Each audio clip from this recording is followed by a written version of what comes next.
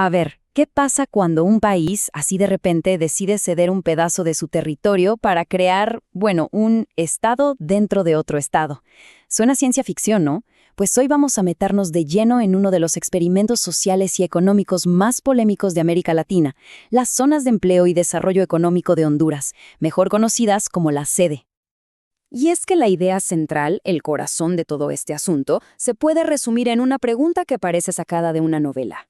Imaginen, ¿qué pasaría si una empresa, una corporación, pudiera construir su propio país, con sus propias leyes, sus propias reglas, dentro de las fronteras de una nación ya existente? Esa es, ni más ni menos, la premisa que vamos a desmenuzar hoy. Bueno, formalmente, una sede es una zona de empleo y desarrollo económico. El nombre, la verdad, suena bastante técnico, ¿no? Pero en la práctica eran, muchísimo más. La clave está en que tenían personalidad jurídica propia. ¿Qué significa eso? Pues que funcionaban como entidades casi soberanas. Imaginen un pedazo de tierra con el poder de crear sus propias políticas, redactar sus propias leyes, tener su propio gobierno, o sea, operando de manera prácticamente independiente del resto de Honduras. Entonces, claro, uno se pregunta, ¿por qué proponer algo tan radical?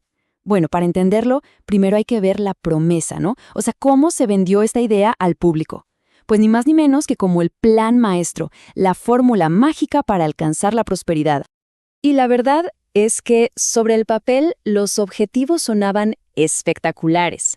La promesa era muy clara: ser un imán para la inversión nacional y extranjera, crear un montón de empleos para combatir la desigualdad y, de paso, ofrecer servicios de salud y educación de primera. Y por supuesto, garantizar seguridad y construir infraestructura moderna. Básicamente, se vendió como la creación de un pequeño paraíso de modernidad para poner a Honduras en el mapa de los mercados globales. Bien, ¿y cómo pensaban atraer toda esa inversión? Bueno, aquí viene el anzuelo principal: un sistema de impuestos, digamos, extremadamente competitivo. Miren estos números: un impuesto sobre la renta personal de máximo el 12%, un impuesto a las empresas de hasta el 16% y un IVA de apenas el 5%. Para cualquier empresa, para cualquier inversor internacional, esto era sin duda un caramelo financiero casi imposible de rechazar. Pero esperen, que la cosa no terminaba con los impuestos bajos. Para nada. También se les garantizaba libre comercio, total libertad para mover capitales y, esto es clave, cero controles sobre el cambio de moneda. En la práctica, esto era crear una especie de burbuja económica totalmente autónoma, una economía con sus propias reglas funcionando dentro de la economía nacional. Y por supuesto, para que una burbuja económica así funcione, ¿qué necesita? Pues su propia burbuja legal. Un universo jurídico y político completamente paralelo, con sus propias reglas del juego. A ver, ¿y cómo se gobernaba esto? La estructura de poder era, única y totalmente vertical. Olvídense de la democracia tradicional.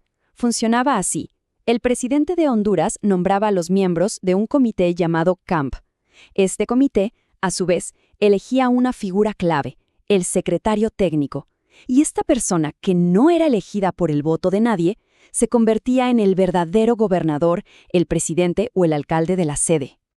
Y el poder que tenía este secretario técnico era, casi absoluto. No es exageración.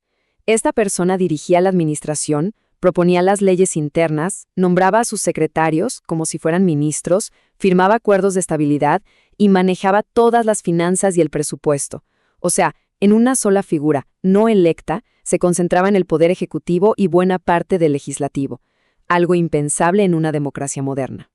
Y si algo ilustra a la perfección este modelo de gobierno, es esta cita, que viene directo de los estatutos de la sede próspera.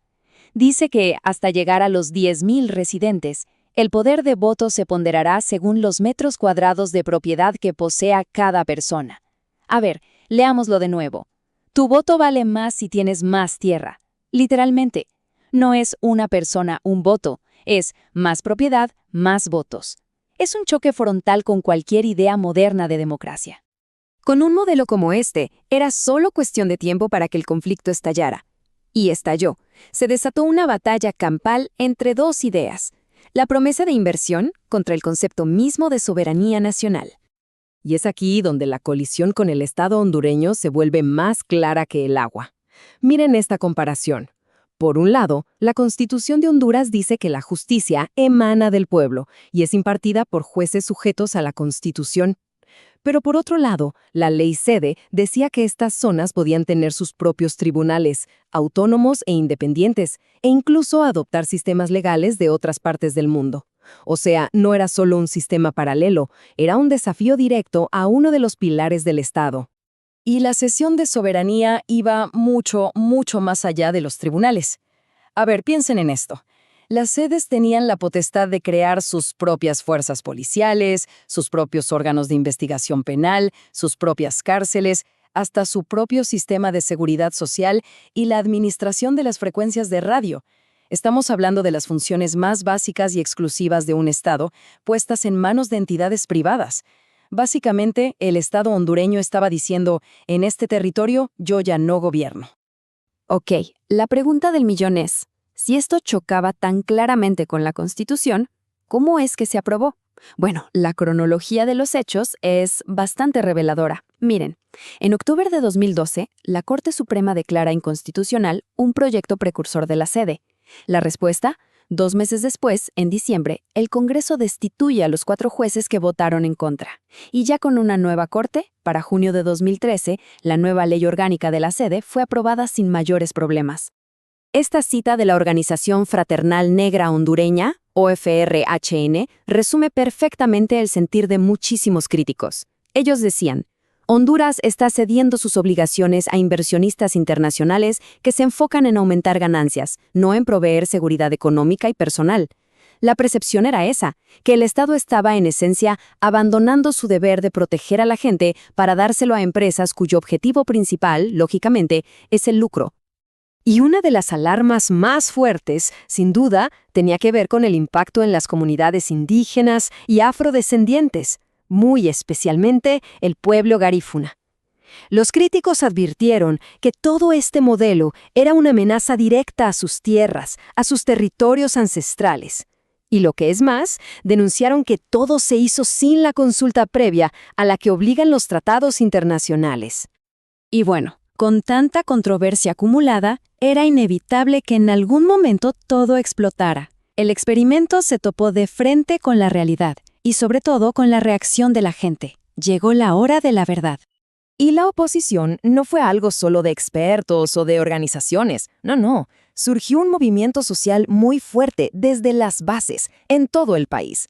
Decenas y decenas de municipios empezaron a organizar cabildos abiertos, asambleas populares, para declarar sus territorios como zonas libres de SEDE.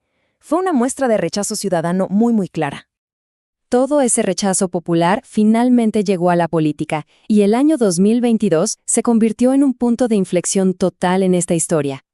Con un nuevo gobierno en el poder, el Congreso Nacional actúa de forma rápida y sobre todo contundente. En abril de ese año, votaron y de forma unánime para derogar la ley SEDE. Se desmanteló por completo todo el andamiaje legal que las había creado. Pero claro, la historia no terminó ahí, ni de cerca. Los inversionistas de la SEDE, protegidos por tratados internacionales de inversión, respondieron con lo que se esperaba, demandas multimillonarias contra el Estado de Honduras. O sea, el fin de la ley no cerró el conflicto, simplemente lo cambió de escenario. Ahora la batalla se libra en tribunales internacionales, abriendo un capítulo nuevo y probablemente muy costoso para el país. Al final, todo el caso de las sedes en Honduras nos deja con una pregunta que va mucho más allá de sus fronteras, una pregunta que resuena en muchos países. ¿Es posible importar prosperidad sin, a cambio, tener que exportar la propia soberanía? La historia de este experimento nos demuestra, con toda claridad, que ese dilema está muy lejos de tener una respuesta fácil.